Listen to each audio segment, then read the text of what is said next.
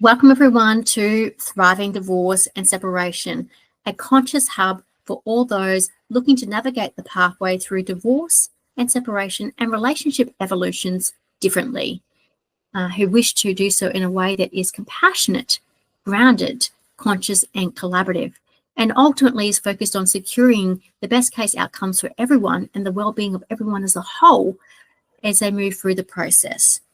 For those of you who don't know me, my name is Cara Ogenden. I'm a former Australian family lawyer, converted to a conscious and collaborative family law facilitator and coach who also specialises in conscious uncoupling. I love supporting those through all stages of the process, from contemplation phase through to separation and final agreements and beyond in navigating co-parenting dynamics. I've also supported individuals who have ultimately made the decision to not separate, but have evolved their family dynamic in some way.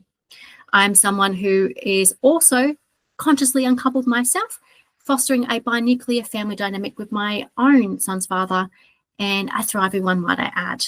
I will say, however, it hasn't always been that way. It hasn't always been easy.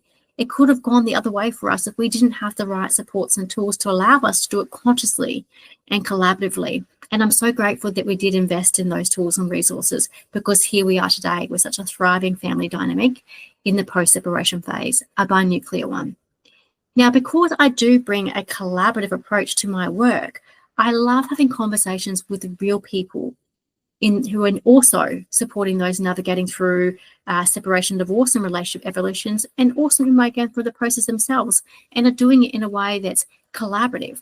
So people like lawyers, financial advisors, accountants, mortgage brokers and the like, and individuals just like you and me who have gone through a more conscious uncoupling and are now generating their own thriving process but wish to share their story. Because like I said, it's not always easy. And certainly for most of us, it's not. It's going to be a process that takes time and requires support. So with that said, I'm really, really excited to be having a conversation today with Jo Goddard.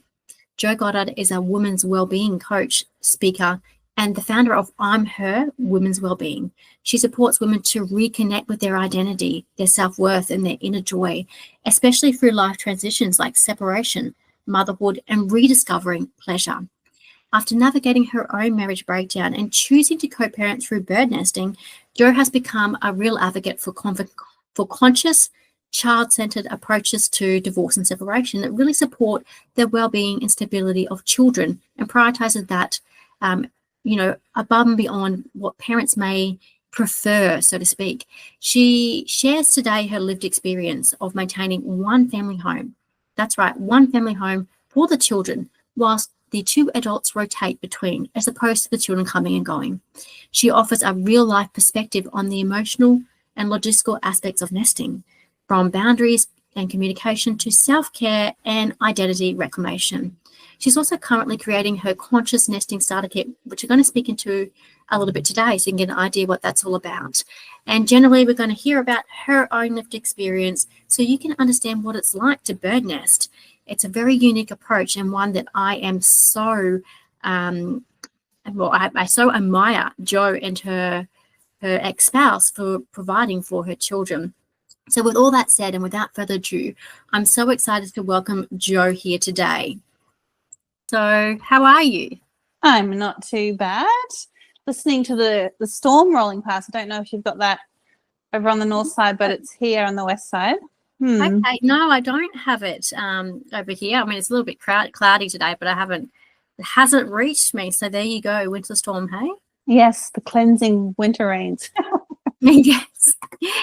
So, Jo, first I just wanted to check in with you and just say, I just want to talk a little bit about how we met and, get a bit of your backstory as to how you came to be in ImHER Women's Wellbeing. Am I saying that correctly?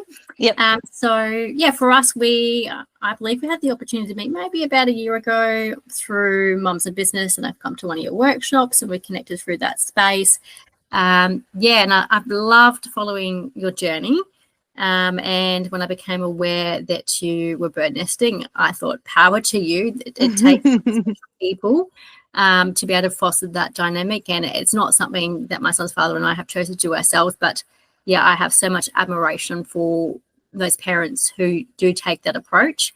And if they've been able to make it work, for as long as you have thus far, whether that changes in the future or not, I mean, that's something you may navigate down the track, but for now, that's where you're at. So, yeah, I think you're an amazing person, Jo. Oh, thank you. Yes. Yeah. So tell me a little bit about who you are and Who I am. who are you? Who are you? Yeah, well, like you said, we met through Mums in Business, so networking. So I am a self-employed body worker, and I do all the most amazing things: kahuna bodywork, yoni massage. I get to play in that space of women's sacred sexuality and sensuality. And I'm also the mum of 3 beautiful children. And actually, we had a little milestone in the last week where my eldest daughter has started her menses. So there's more women now coming through my household than just me. So yeah, those 3 kids, I homeschooled them for quite a few years. And then when my ex and I decided to separate, they went into mainstream school as a way of having an anchor kind of in their day, something consistent while other things were shifting around them. Yeah, and then so we've been doing this bird nesting thing for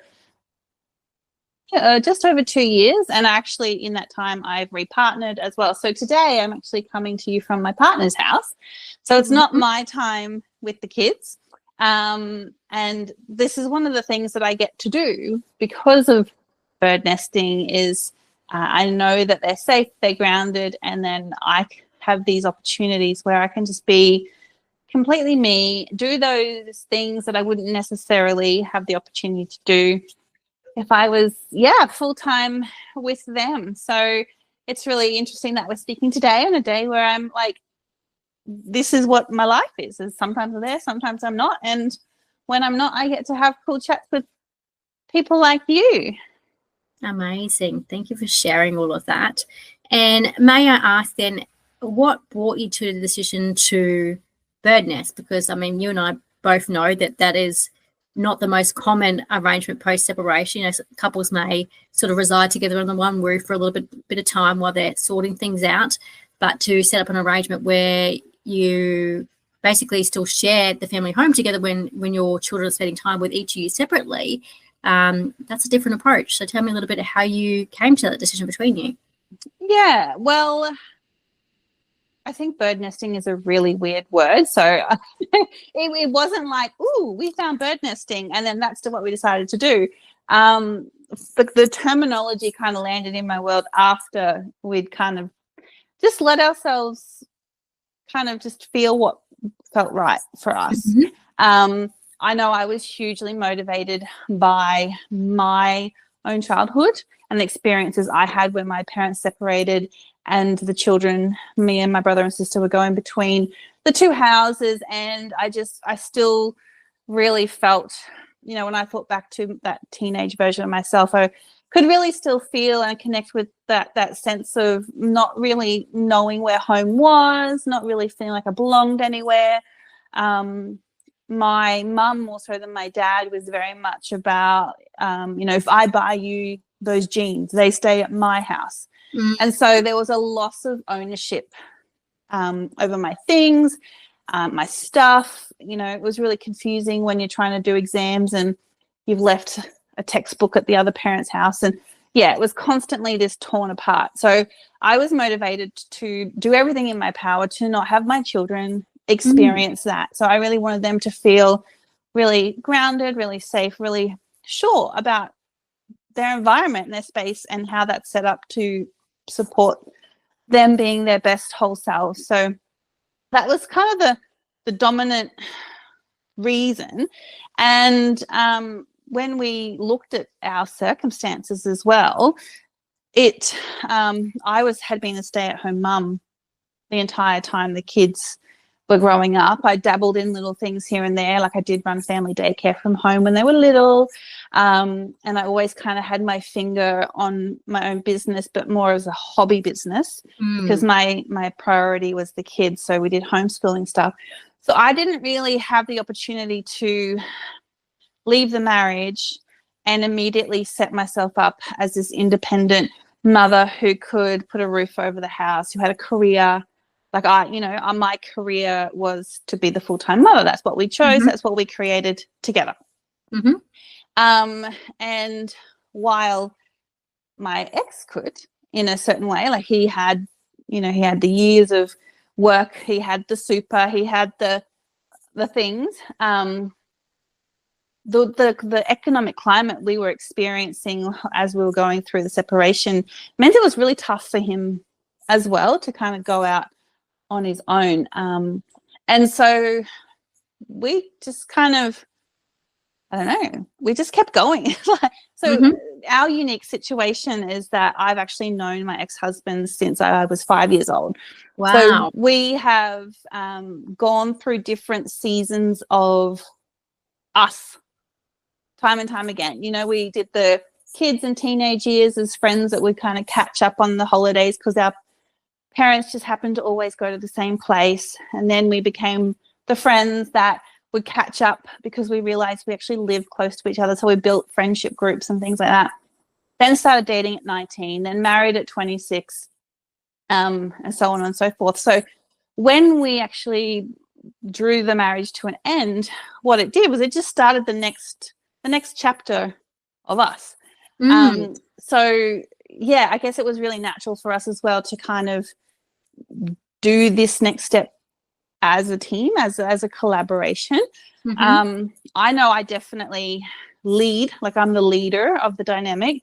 So when it was my motivations to kind of protect this sense of safety and home and belonging of the kids, like I was leading that conversation. I knew exactly what I wanted to create, and he was very much on board with that. And then again, because of a unique situation, he just started work as a fireman, and so he was shift work, and so that gave us a really organic roster to start to follow and weave our coming and going around. So when he's on shift, he stays with his parents and I'm with the kids, and when he's off shift, he's in the house with the kids and I go and spend my time with my new partner. So yeah, that's kind of how we flow. It just all happened organically, and we have constantly checked in, and because yes, you might make the choice to start with, but it's definitely one of these dynamics where you got to keep checking back in and keep making the choice, because it's not going to last forever. Yes. There might come a time when my partner and I want to live together and want to change that arrangement, or my ex might get a partner and that might want to change, or we just don't know. Work might drive him away because he might be stationed elsewhere. So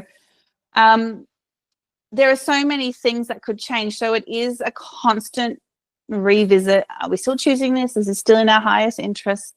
The kids know that it's not a forever solution, but while we can do it, we'll do it. So, they're growing up as well, and our family home, unless we renovate or knock it down or actively relocate our whole nest, the house has some limitations as well. So there will be a few factors that start to weave into our dynamic that, invite us to choose it again or make a different choice. But it's always been something that we have done because we are leading with the highest intention for our kids. We want them to grow up to be really grounded and wholesome. So, we'll make the sacrifices and we'll do what we can to give that the roots to really, really grow. Yeah.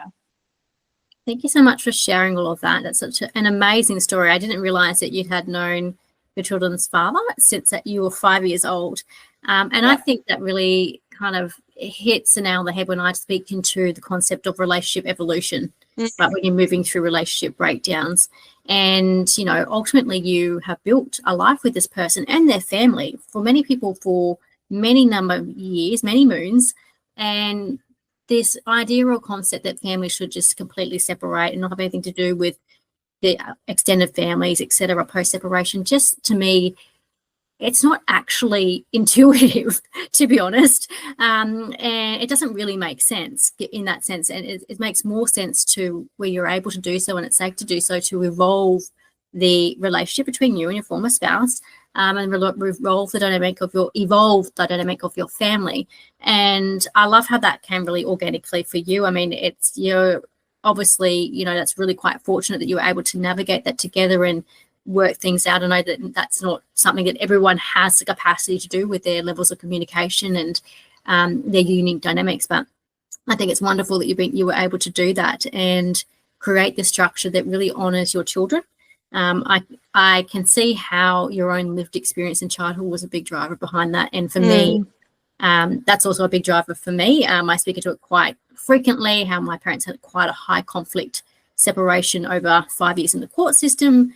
I was taken back and forth by my parents, and having to experience that and understanding the lifelong impacts upon children of having parents who are in this high conflict dynamic that doesn't stop when the court order comes out, because ultimately they're resentful and not loving of each other. And the same situation as you, it's like this stuff stays at this house and this stuff stays at this house, when ultimately that's not child focus, it's a child's stuff, it's not your stuff.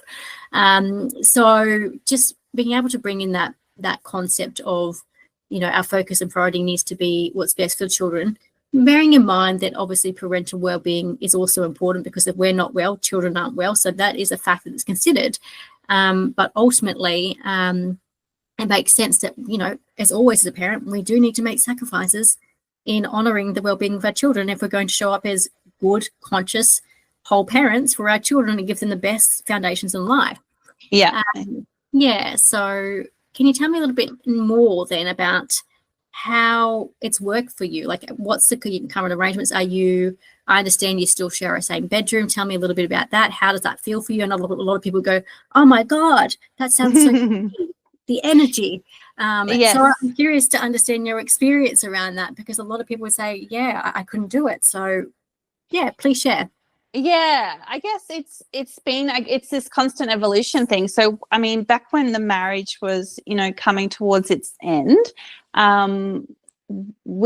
this is probably a little bit off tangent, but we went through a space and time where we knew that we weren't us anymore, but neither of us could really articulate or quantify what was the shift, what was the change, what needed to happen.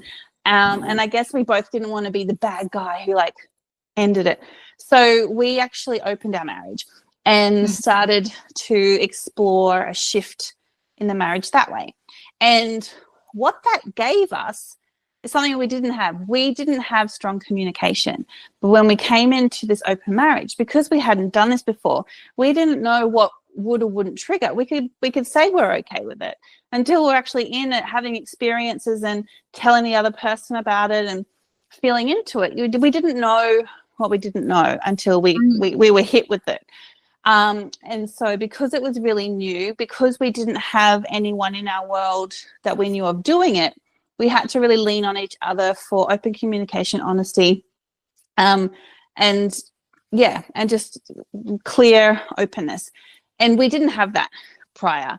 And I can see how that was a really important stepping stone for us, because we actually really need that as nesting parents. 100%. We need that. So it was a really beautiful, it was a gift, because obviously, yes, it was part of the marriage ending, but it really strengthened the things that weren't working well, not so that we could repair the marriage, because we realized, hey, we just don't bring out the best in each other, but we're still very much together when it comes to parenting. And so to have that strength in our communication was amazing. So taking that into the nesting was a real gift. And so when we first decided to split, because we're a family of 5 in a 3-bedroom house, and the kids were not we didn't tell the kids. So we separated about 9 months before we actually told the kids we weren't together anymore. And that was for multiple reasons. We wanted the kids to kind of finish their school year. He just was training with the fire, so he wanted to focus on finish his recruits with the fire brigade. without anybody kind of coming in at him with questions and what are you going to do and blah, blah. He just wanted to stay really focused. So we honored that. And so what that meant is that we weren't together, but we were still sleeping side by side in the same bed. Wow. And so, yeah, we very much just had to kind of, we had the clarity and we knew where we were at and what, you know, where we were moving forward to, but circumstances dictated, you know, that, yeah, for a while we still slept in the same bed, or maybe, you know, every now and then I'd go sleep on the couch, especially because I actually met my now partner during that phase too. So, you know, sometimes life quantum leaps us into new situations without it being, you know, the appropriate time or whatever. And so, yeah, when I was starting, you know, a new, not necessarily even a relationship straight away, but just new connections, I took myself out of that shared bedroom dynamic and slept on the couch. I'm an energy healer, so I understand these dynamics of, you know, the unseen, the unspoken, and how they can impact. And then when we actually then came into the arrangement of who's coming and who's going and, you know, what that would look like, we then, yes, we have the main bedroom, which we swap in and out of. And so when we had the conversation, okay, well, what are the bare minimum things that we need to have done for each other? Because when I walk into the house, I want to walk into new, fresh energy. And I know that he does too.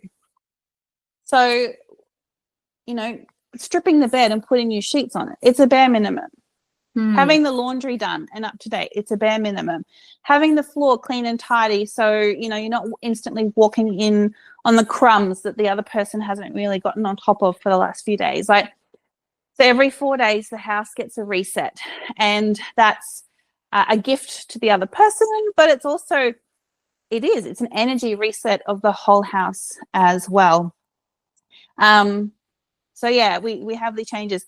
If I was just, one of the things that has been difficult, I mean, there's been a lot of lessons learned, but the thing that has been difficult is because we're on a 4-day on and a 4-day off rotation. I actually haven't been in a location for longer than 4 days in years. Wow. Yeah. So, well, that's not the full truth. Sometimes, you know, there have been times where I've been able to sneak a 7-day or something like that. So I haven't unpacked my suitcase in years.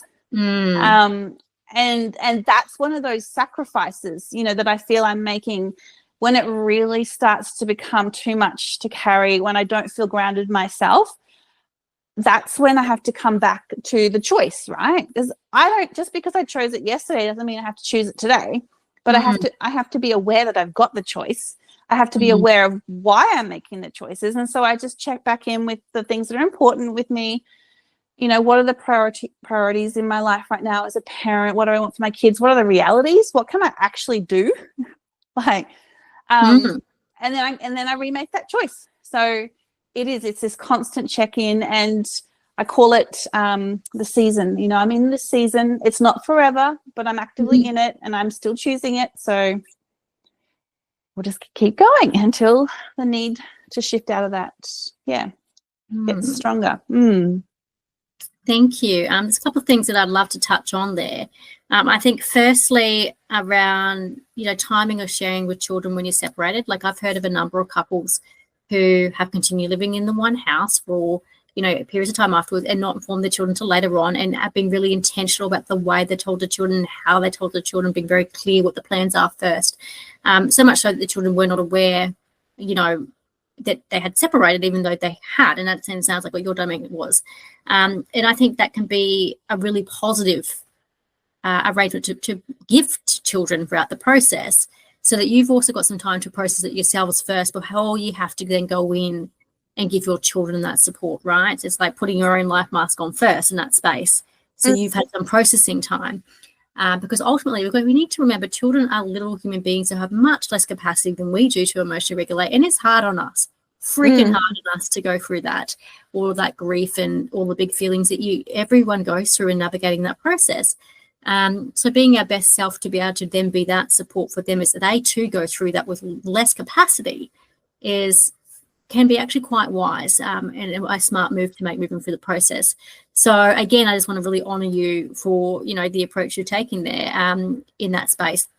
I think, and the other thing I want to touch on again is, you know, the normality of how, you know, the boundaries evolve when you separate, you know, and it's a process that can change. Like you say, it's not a necessary process that today it's this and tomorrow it's going to be that forever. They do change, they do evolve, and sometimes that takes time to nut out, especially if you're living together for a period of time, like many people are in today's climate, because economically it's not viable to completely move out straight away. That, you know, those boundaries do change and evolve. You know, it may be that you may be sleeping in the same bed for a little while before you eventually move, if you've got the space to another room in the house, or whatever it may be.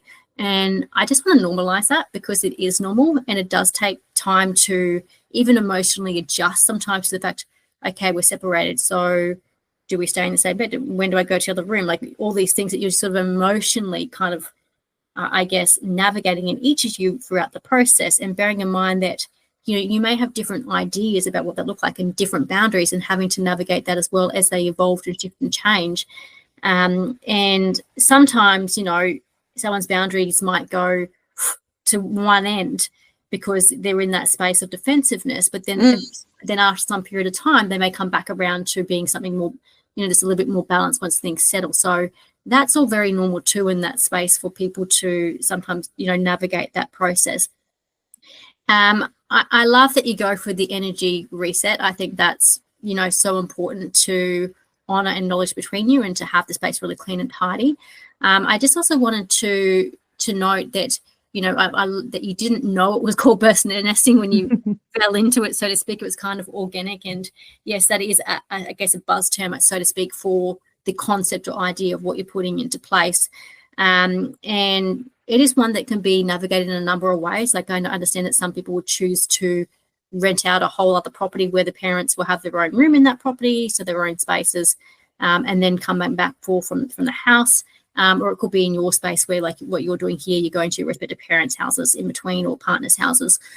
So it's not necessarily it has to be this specific way. It's ultimately about what's going to work best for your family. And like you say, checking in around that often, right? Because things do change, and your practical circumstances change as well.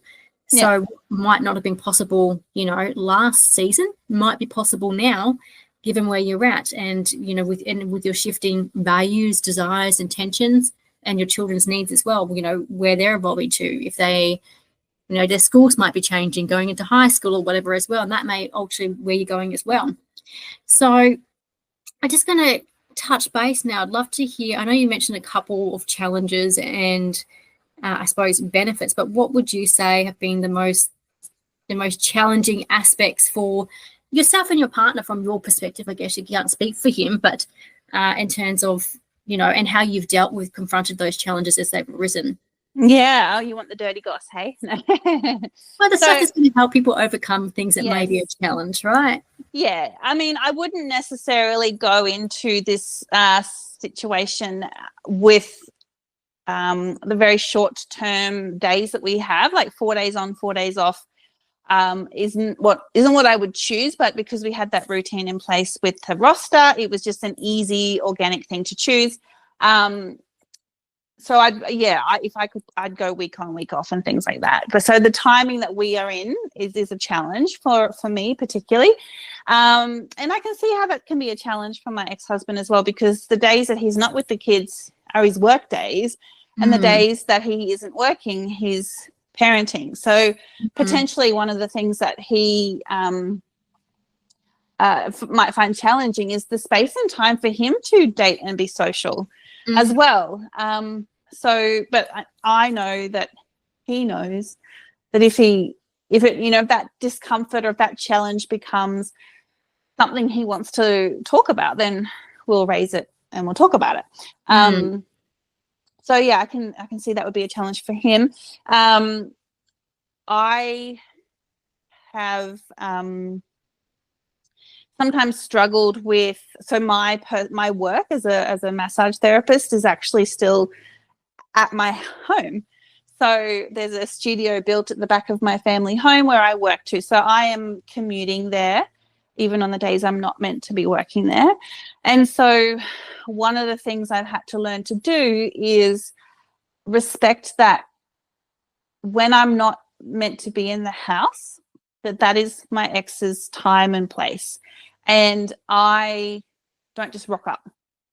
I will send him a message a few days beforehand and say, this is my client schedule. I'll arrive on this day at this time and I'll be leaving at this time. And sometimes I'm working there until late at night. And if it's the night before handover, I'll just actually ask if it's okay if I can stay and sleep on the couch. So there is a need to constantly let him know my schedule. And while, when at first I was like, oh, we're not together. Why do I need to report into him, blah, blah, blah. But I really do, because I don't want him just rocking up on my days. Like, he's very welcome.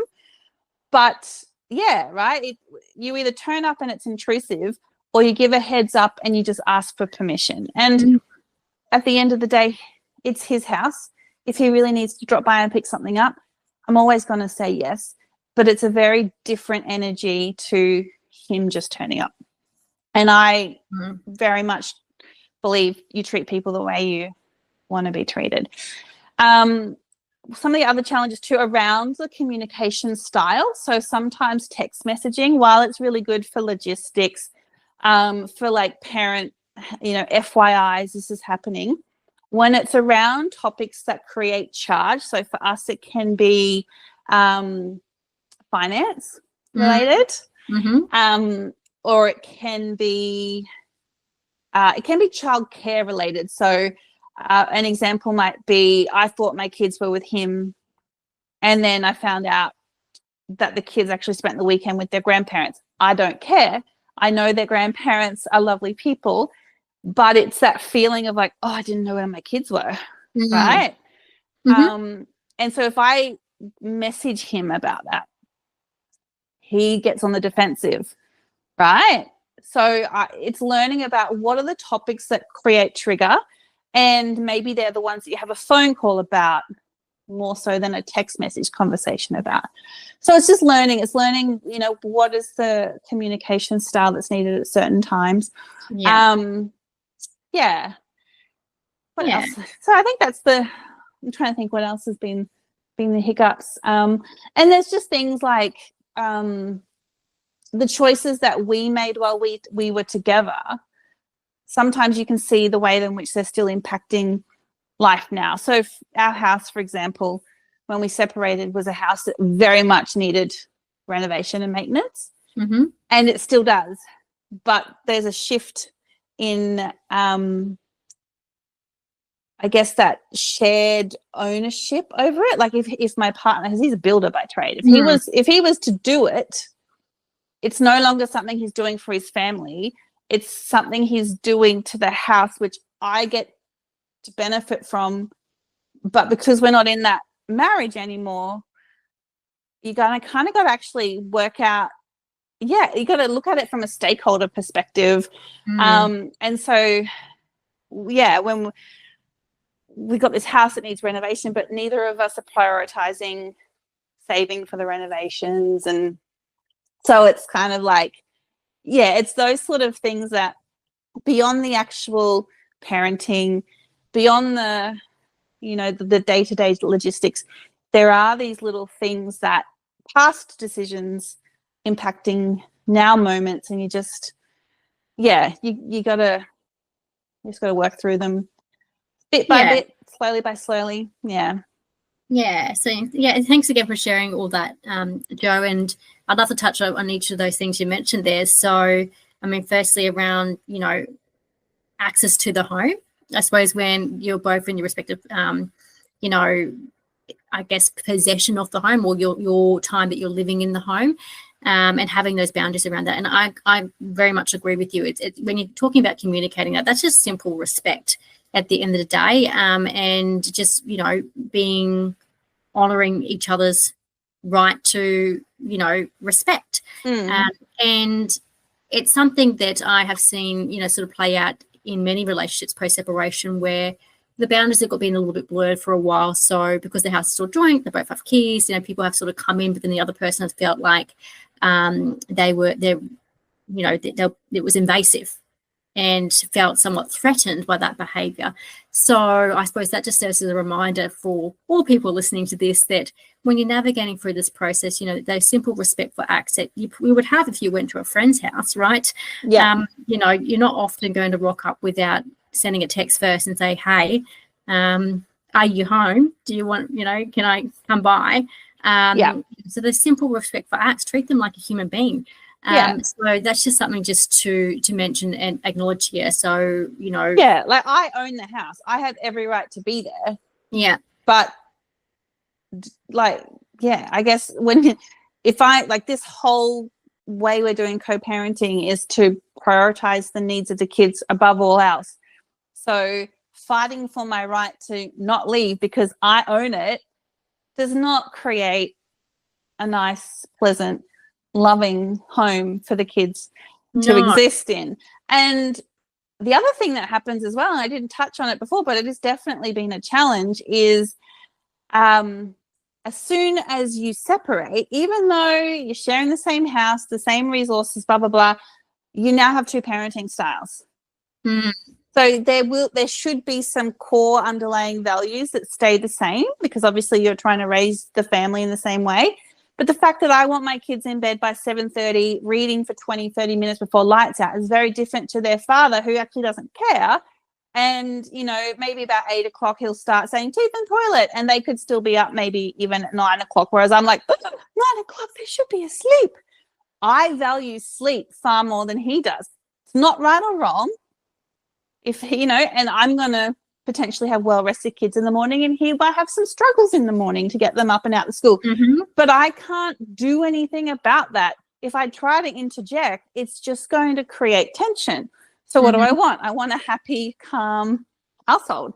So you've got to not only respect their right to the house, but also respect that so long as everyone is safe, that the core values are still being upheld.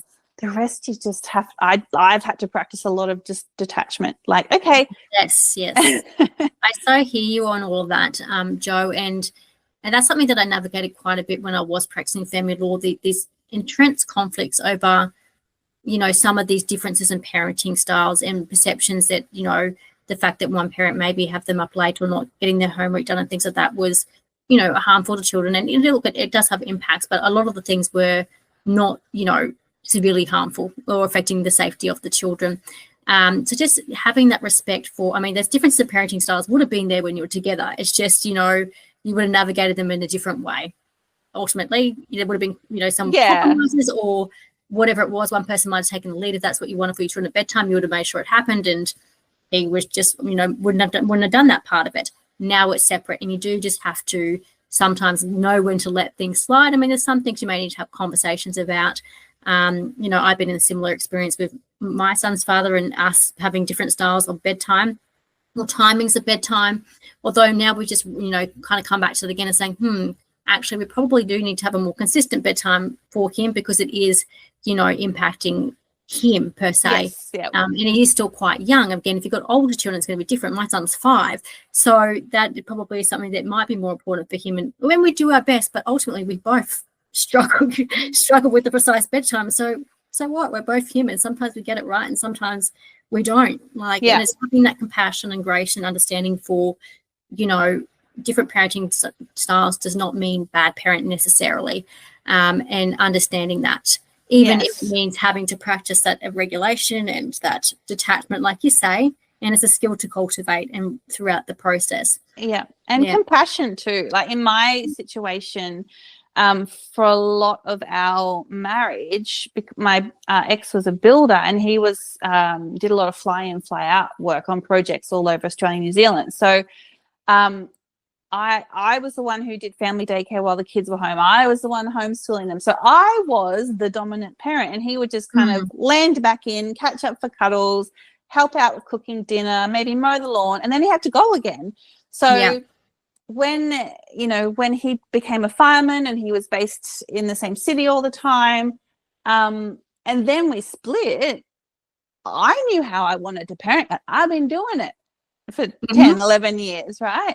All of a sudden, he had to figure out who he was as a father. Yes. And so while I might be like, oh, I wouldn't do it that way, or, you know, I'm a holistic mother, I'd use natural remedies before I'll reach for the medicine cabinet, whereas he would do that when we were together because I would just give the direction, like, oh, just grab the peppermint or grab this.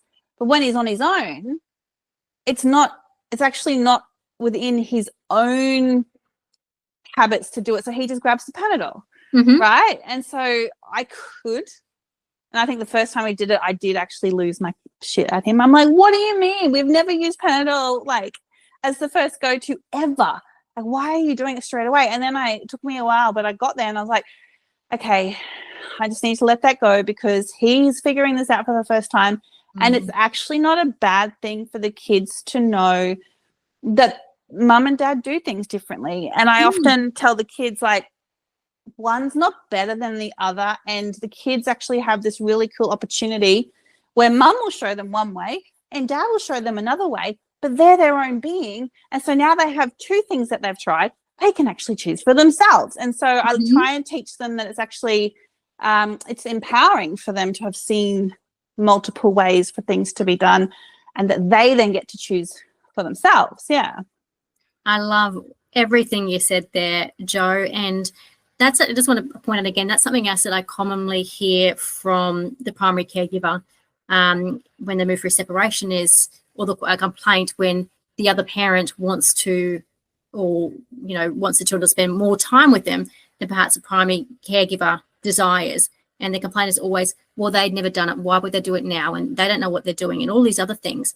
But my experience has been in my practice of family law and my own lived experience with my own father and my son's father is that typically the other parent who has been the primary earner does want to show up and they do want to do it right and they do want to be there for their children, you know, but the difference, you know, things have changed now. Before they didn't have to do all these things because you had an agreed dynamic that had you evolved between you. Now you're evolving that dynamic into something different. And most, you know, they're typically capable and do. They just don't necessarily do it the same way you would because they're a different person. Yeah. The same I'm way sure the things that keep him awake at night are not how am I going to get enough money next week to pay my bills. They're like, oh, crap, all this stuff happening with the kids. How do I juggle it all? Whereas I'm like, oh, cool, the kids have a busy life. That's what they've always done. But me, like, I've only really started building a career in the last 2 years. So I'm still kind of go, oh, okay, clients cancelled this week. So how am I going to, like, so my stress is finances because I've never had to be the provider. Mm-hmm. And his stresses are going to be like, how do I juggle all the things like this with the parenting, with the commitments, blah, blah, blah. So, yeah, just as he's learning his role as a father, I'm also learning, okay, how do I become a sustainable provider for me and my kids as well? So, yeah, we just got to fill in the gaps because, we're not in that shared dynamic anymore. And I think it's important to also understand it takes time. Like, you know, growing into matri-essence or patri-essence or whatever it is called these days when you become a mother and father, you know, this is an evolution over time, right, in terms of that role that we take on in an evolving shape for both of you. And as is, like you say, acknowledging the differences in your stresses versus what his might be now that you were separated and having to grow and evolve as a human being. And this is where that compassion is so very, very important because you're going to screw up. Yeah, right? You're learning absolutely. something different. You're learning something different. You're doing something different, and you're finding your feet in a whole new world for both of you, and often under a lot of stress. Right? Like you say, finances, stress, that's security, that's nervous system stuff, and the same for him. It's like, oh my God, I'm trying to do all these things, and I don't know how to do it again. Stress, nervous system reaction. So yeah, that compassion and grace for us to have him, you know, to fail in that process and not villainize and say you're a terrible parent or you're not earning enough, you're not doing enough, and you're overly, you know, being overly responsible of me. But having that time, allowing space for that to naturally evolve as you grow, I just think, is incredibly important and wise for, you know, honouring the well-being of everyone involved and ultimately creating, you know, a thriving new dynamic for your family and your children.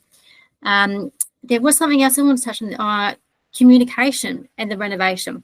So I love what you touched on there about different communication styles. You just switched. I don't know what you did. Oh, there we go. I had a phone call coming through. I was like, no, Oh, go no. away. Yeah, the different communication styles and how you've come to learn what you both need in that communication space. And that's so very important. You know, often when I'm supporting my clients, I do have them reflect upon, you know, what are their triggers and what are the difference in communication styles. And, you know, some people might say you have to put everything in writing, but for the other person, that might actually feel really threatening. And that because they can't connect, they can't see your intentions, they can't understand where you're coming from. So for some people, that doesn't feel very good, and ultimately, it does feel can feel very cold and clinical and legal, right? Yes. That's reality. So it doesn't foster a space for being able to, you know, get curious and really understand someone and, you know, nut things out together as a team. And I'm so aware that, you know, there are some people who are not in the space or capacity to achieve that without supports like legal teams or whatever they may need. But the first step for me in terms of conscious collaborative communication is understanding yourself first, self-awareness, insight as to what your triggers are, but also then reflecting upon them and what their triggers are and what you both need, and having that understanding makes a huge difference to the process. I mean, I've had that experience too in having to really come to understand my own dynamic with my son's father, which has really come to my forefront more so since I've done the conscious uncoupling work myself deeply. And bringing that into the space. And, you know, really what I support my clients with who, you know, like yourself in the past, haven't had that great communication dynamic and maybe still don't really know what to do to get to a space where they can create that. But I think ultimately most people can with the right intentions, right? Yeah. And you know, and there's the right supports to do it. Yeah. We've so right from the get-go, like, so even though we obviously still live in the same house and we haven't actually split our assets, we've actually already got the paperwork. Like we know the percentage, we know, like we put a date on assets value. This is the date, this is the split. We've got the locked in assets, we've got the fluid assets, which is the house. So we know what that looks like. And we had that conversation at a time when there was no charge. And when we also, so we don't do it so much at the moment, but at the beginning, once a month or once every 2 months, we'd actually get together, have lunch, have a conversation, write down numbers, and actually both, you know, when we got to a decision, we'd sign the paper. Like, you know, we actually kept track of it so that, not so that one person can hold it over the other person's head, but just so that we're like, yep, okay, this is the agreed amount thing. So every time something might get heated, we could come back to this point. So we would finish these conversations with, okay, this is the foundation mark, lock it in. If things change, if we forget things, it's here. And we even, like, there was one day, we're totally fine, having a good day, good friends, and we walked through the house and we made a list of all the things and who would take it. So we don't know when that will actually happen, but we know who's getting the beds, who's getting the fridge, who's getting the table. It's all documented. So we just do that stuff because it is necessary, but you don't have to wait until the pressure's on to do it. You can do it when everything is actually really good, really comfortable, because it almost feels therapeutic. You get to walk through it all and talk about it and actually have a real conversation. You feel supported by each other in that conversation rather than feeling like you're competing for something. So, we've had a lot of success at, you know, doing these kind of check-ins. And then, you know, when themes kind of aren't needed, we don't check in as much. We know that we've got one kind of coming up. So at the end of August, he will finish a batch of study. And so we know at the end of August or early September, we need to sit down again because I've had 2 years in business. So my finances will be able to be looked at by lenders differently than it was 2 years ago. You know, he will have just finished his studies as well.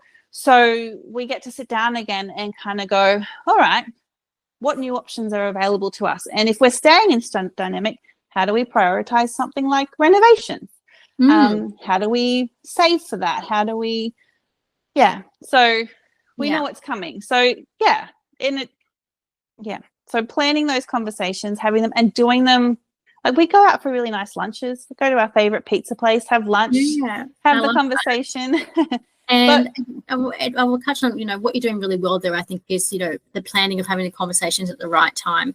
If you're going in a time when you're tired, when, you're triggered by something, they're not going to go well. It's simple as that. Or if your first communication about it is a letter from a lawyer, well, that's also going to exacerbate triggers, right? It's going to put you on the back foot. It's going to put you in defense. And, it doesn't really lay the right foundations to be having conscious and collaborative communication. So timing and making sure that you are in a good space when you're having them is so very important, to having a constructive conversation. And I love that you also, secondly, what you're doing really well is making sure you're taking note of what's agreed, from time to time. And not because, like you say, not because you're wanting to defend or protect yourself, but because it makes sense, because down the track you might forget, or, and that's very normal. You're human beings. You might go, oh, I thought we said this, but you thought you said that. Our memories are imperfect, perfectly imperfect. And just having that perspective, say, oh, right. Oh, yeah, you're right. That is what we agreed. Okay, cool. Now we're back on the same page, right? It just makes so much sense. And so I really commend you both for, just taking that approach there. And when it comes to what you're speaking to with your renovation, well, I'm pretty sure you may be where I'm in a very similar situation with my separation with my son's father, where we separated at a point in time of a partially completed renovation. And, sometimes that lack of, vision and drive to complete things is like he is also very hands-on. It does a lot of physical, the labouring, whilst I help in some other aspects like painting and the things that project management and the like. It's normal that drive can change, and that perception can come up of, well, I've invested more than this than you have, and then feeling like you may need to make some adjustments to take that into account, or maybe some person puts more money in than the other does financially, and you need to make those adjustments. But ultimately, they're all things that can be considered and navigated from my perspective. And if you can have a shared vision about what that's going to be, and that you're doing it for, I know you said that, the idea could be you're not doing it for your family, but ultimately you are, because it's in your children's interest that you both get an outcome that is the best financial outcome for both of you, because that supports your children. And that is why, we've taken the approach that we have, as well as, looking at the renovation and now reconsidering again and thinking, well, should we do something different? Maybe subdivide the block, build 2 houses. Is that something that's possible?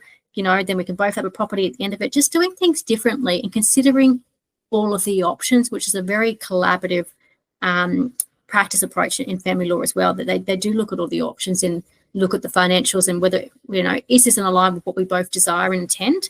It doesn't meet our needs. And is it practical? Like, can we actually achieve this? And if not today, what would need to happen for us to achieve it if that is our desired, our preferred outcome? Like your case, with your place, and, knowing that I can't get a loan right now because I've just started my business. So I need 2 years to get myself in a position to be there. So, is it possible that we can, wait that time or not? Bearing in mind, there can be risks associated with that and the like, but that's a matter for a lawyer. But, it's up to us to decide what risks we want to take and don't want to take when it comes to that space in terms of what we're wanting to create. Say with any financial investment in life or financial decision, whether you're putting it in shares or whatever it may be, it's you calculate the risks and benefits. Absolutely. And I think, like, as separate people, we're not responsible for each other's financial health, but we do have a shared interest in that. What, I guess, our financial health impacts our kids. And because of that, there's a genuine desire to want to, help each other a bit. So, we haven't had the conversations yet, they're coming, but one of the things we might do is, because we're still dual income in a shared property, do we refinance as 2 incomes in the shared property, as opposed, like, what are the options? Do we look at being separate, one buying the other out? Do we look at refinancing together? Do we not change anything with our mortgage, but we just do interest free and we put that difference aside, and that becomes the next nest egg to renovate? Like, there's so many options. And I mean, like I mentioned, I've repartnered. So there's also the conversations around, well, what decisions I make with my ex-husband are going to impact my relationship and what we're trying to create. So there's constantly considering, but like there's no point in me internalizing it all and worrying about all, like these people are actually invested too, so have the conversations, have the communication. Because ultimately everyone wants the same thing. Everyone wants to be happy, comfortable, feel peace, like and so we just get to have the messy conversations. Yeah, and so the conversations might be messy because everyone might have different ideas on how to get there. But if you put them all on the table, you got a better chance of finding the collaboration rather than, just kind of, trying to operate as all these individual pieces that just butt heads. So, yeah. And I just want to point out there that, this approach that you're speaking into here, it's not something that's really available in the traditional route through the family law system. So when people are typically going through the process, it is typically a very parallel process, self-interested process, focus on getting the biggest piece of the pie, the most time with the kids, all of that. It's all about me and what I think is best for the kids. I don't really care what they think. I only care about me, right? Yeah. But ultimately, that's not an approach that is actually tends to be the best for the well-being of everyone. I mean, of course, there's some exceptions to needing the absolutely, yeah. But ultimately, if you're wanting to get best case outcomes, this kind of approach, from my perspective, is really ideal. And again, I commend you that you've been able to do it between yourselves without needing to go to a formal approach with lawyers and the like that some people need to do. So that's, we did both go and get free legal advice. Like it just seemed like why wouldn't you?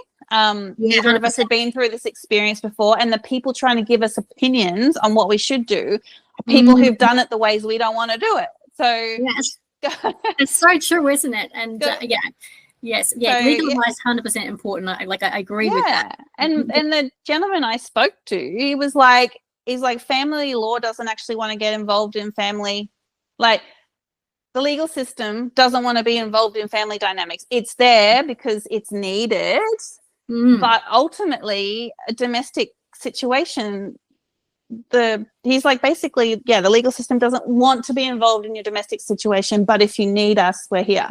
Yeah. And I was like, oh, cool, that's good. Like he wasn't in my ear going, all right, you need to do this, you need to do this, you need to do this, and you need to act quickly and you want to be the first to jump at this. But he was just like, if you need us, we're here, but you can go sort out your stuff. It's sound advice if you ask me. Yeah. If you're in your situation that you're in, of course. I love that. And like I was saying, some legal advice is important to understand, what you might need to do and how you might need to consider things.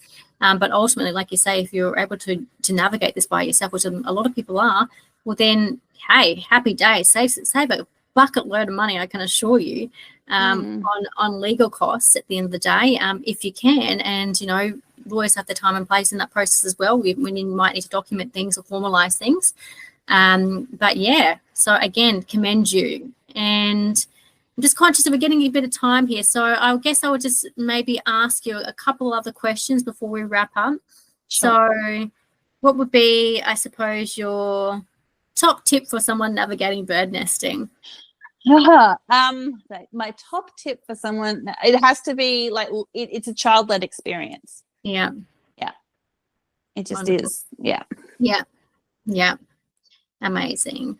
And tell me a little bit about you and what you're up to in the world. So I understand you're creating, when you have your ImHER women's wellbeing business. I'm trying to get that right. Yeah. You also have this new space you're creating with your commitment to supporting families to bring a really child-focused approach to separation, like yourselves have. So tell me a little bit about about your two businesses, but in particular, how you might better help the listeners who are moving through separation. Yeah. So I've been in business close to 10 years now. I'm working under ImHER Women's Wellbeing. So that's my holistic women's wellbeing space, bodywork, sacred sexuality. I love to let women, particularly mothers, midlife women who might feel a little bit disconnected from their pleasure, have kind of people pleased themselves out of believing they've got a libido. So really plugging them back into their pleasure. And I actually find that it correlates with people who have tension in their relationships as well. So there is a bit of overlap between women who are looking for that support around relationship and family dynamics as well. But yeah, because I have always, I'm a big open sharer. I love to kind of lead a messy life and tell people about it because someone benefits, or it's just me that benefits because I'm an extrovert in my processing.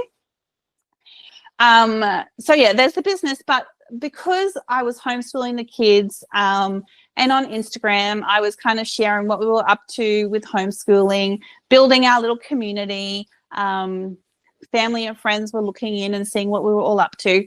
That kind of went dormant. And as I was like I said, we're 2 years into this bird nesting thing now. I have a lot of people asking me questions all the time about it. And I was like, you know what?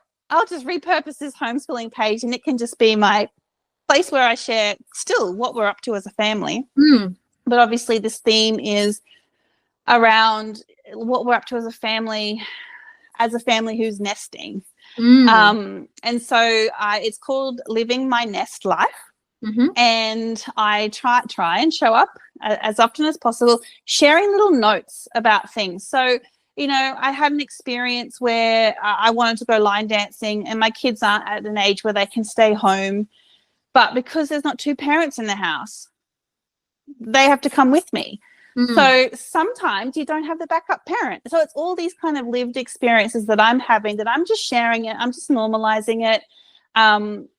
You know, and there are times where you get to exclude a parent. Like when my daughter had her first bleed last week, like that's a mother-daughter thing. I don't have to give my ex-husband a bit by bit rundown on everything. In fact, I can leave it to her to tell him what she's comfortable with.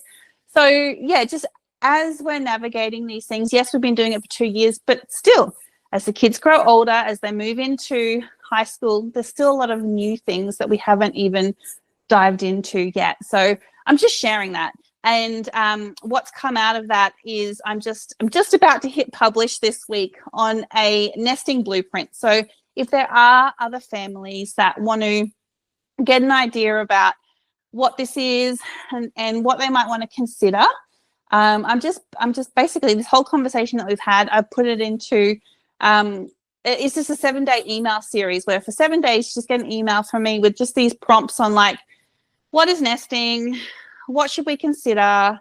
You know, what would it look like if we were to talk finances? What would it look like if we were to like what I need to consider when I'm building a routine? And you know, what should a reset look like? What are the boundaries I need to put in place? Like just all these things. They're just consideration prompts that will just land in your email for 7 days. Yeah, so that's kind of what I'm creating. So I guess the invitation is there if anyone's listening, is to just jump onto Instagram or whatever links that you might put in us up in association with this share, Cara. And but yeah, living_my_nest_life is my home on Instagram, and that's where you'll be able to see all the things I'm doing. And yeah, the offers I put out, they're all going to be low cost, if not free, because this isn't a business for me. It's my gift back. Yeah, I love that, and that's a very beautiful and an amazing offer that you're gifting to the world there, Jo. Just one last thing I did want to touch on that's just occurred to me now when you're speaking about how, you know, when you're moving through separation, you're inundated with the opinions of others, right? And others who are not doing it the way you have or haven't done it the way you wanted to create it. And again, that's something that I always speak into with my clients as well, around how we need to drown out the noise. As well as intended as people are, they don't know what's best for you. They don't know your full situation or dynamic. And just recently, I don't know if you saw it, my son's father felt so frustrated with this experience that he did a public post to basically put it straight that this, you know, that this is what we want, and you don't have all the information about what we're creating here. You may have your ideas about what's happening, but you don't, because we have a relationship that you're not part of, right? And those opinions can actually do more harm than good. So having people to be able to help you just to kind of filter that out and come back to your own truth, your own values and your own intentions of what you want to create is just so incredibly powerful. So yeah, I just want to touch on that because it just reminded me of my experience recently, and it was just so incredibly heartwarming to have that support as well from my son's father and to be unified. I mean, that's so very important for children as well. For, you know, if you can have parents who are unified in what you're creating and unified in your support of each other for the benefit, you know, of each other, but ultimately your children, you know, that's where you can see children really, really thrive through separation, as opposed to coming out of it feeling like you might have experienced, like you come from a broken home, like it was divided, it was divisive, you know, you couldn't really share the experience of one over the other. That feeling is, you know, really separate and different, and having to have two different lives ultimately. Yeah. And that's not ideal for children in my experience, understanding, or opinion. Yes, yeah. We've definitely, you know, our extended families have interjected thoughts, beliefs, behaviors, but it's motivated from love. You know, like my dad really wanted me to get in and get the finance split and get ahead, and, you know, which is fine. I get that. He you know, he doesn't want me to be financially hurting. But he's not in the situation that I'm in, which also has mental health, emotional health, all wrapped up in it. And my ex's family, they're of the belief of like, well, if you're not married anymore, you're not family. Like, I haven't really seen much of them, heard from them. Like, they don't even make eye contact with me anymore. Wow. But that's so there's no reason. Like, I've known them since I was 5 years old. So there's nothing happened. They don't need to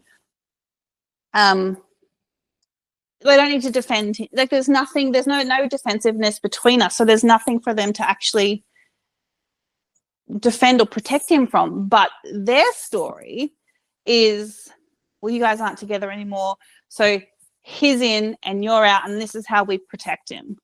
Yeah. And just, that's how it is. But you gotta, like, I've got to learn. That's probably one of the hardest things to let go of, because the kids are like, but how come you don't get invited to family dinner? I know. I've had that experience myself recently too, and it's hard because, like I said, something people don't understand when you move through the process is that grief around sometimes losing that family that have been your family for such a long time, and that old story that's still playing out for a lot of people. And I'm not necessarily going to say what's right or wrong necessarily, only what I choose and what I prefer. But, you know, those old stories, you know, sometimes we don't have a choice around that. But when I'm working with my clients, I do support them to, you know, be able to have those conversations with their family about what they stand for. And absolutely. The day, and, you know, knowing that, you know, when our parents do give these opinions, they do have our best interests at heart. So try not to get too caught up in that at the end of the day, or too conflict about it. But, you know, it is what it is. And just, you know, yep, that's your opinion. That's fine. But I'm going to live my life this way. The same way you would as an adult in any other aspect of your life, right? Right. Yeah. So, well, thank you so much, Jo. It's been honestly such a pleasure to have you on here and hear the full depth of your story. I have no doubt it's going to be helpful to many, many people, and for people to follow your journey and feel, you know, like, well, maybe there's another option they could explore, or if they're in it, like, feel like they're not alone in it. I think, you know, that's so huge and important to be seen and understood throughout the process, and to have you as someone that they can connect with, whether that's with your, you know, your women's work or your nesting options. I think that's just an incredible resource. So thank you for being here. Thank you so much for having me. Yeah, you're so welcome. And have a beautiful day. And for anyone watching this, I will be putting Jo's details in the bottom comments. So that's where you'll find her, all of her Instagram, Facebook, and whatever she provides me to give you, it'll be there. And if you like this content, please don't forget to hit that subscribe button for more valuable content just like this to your separation and divorce journey. It's going to help you really thrive through the process and generate a really evolving family dynamic that supports the well-being of your family as a whole. All right. Thanks, everyone. Bye.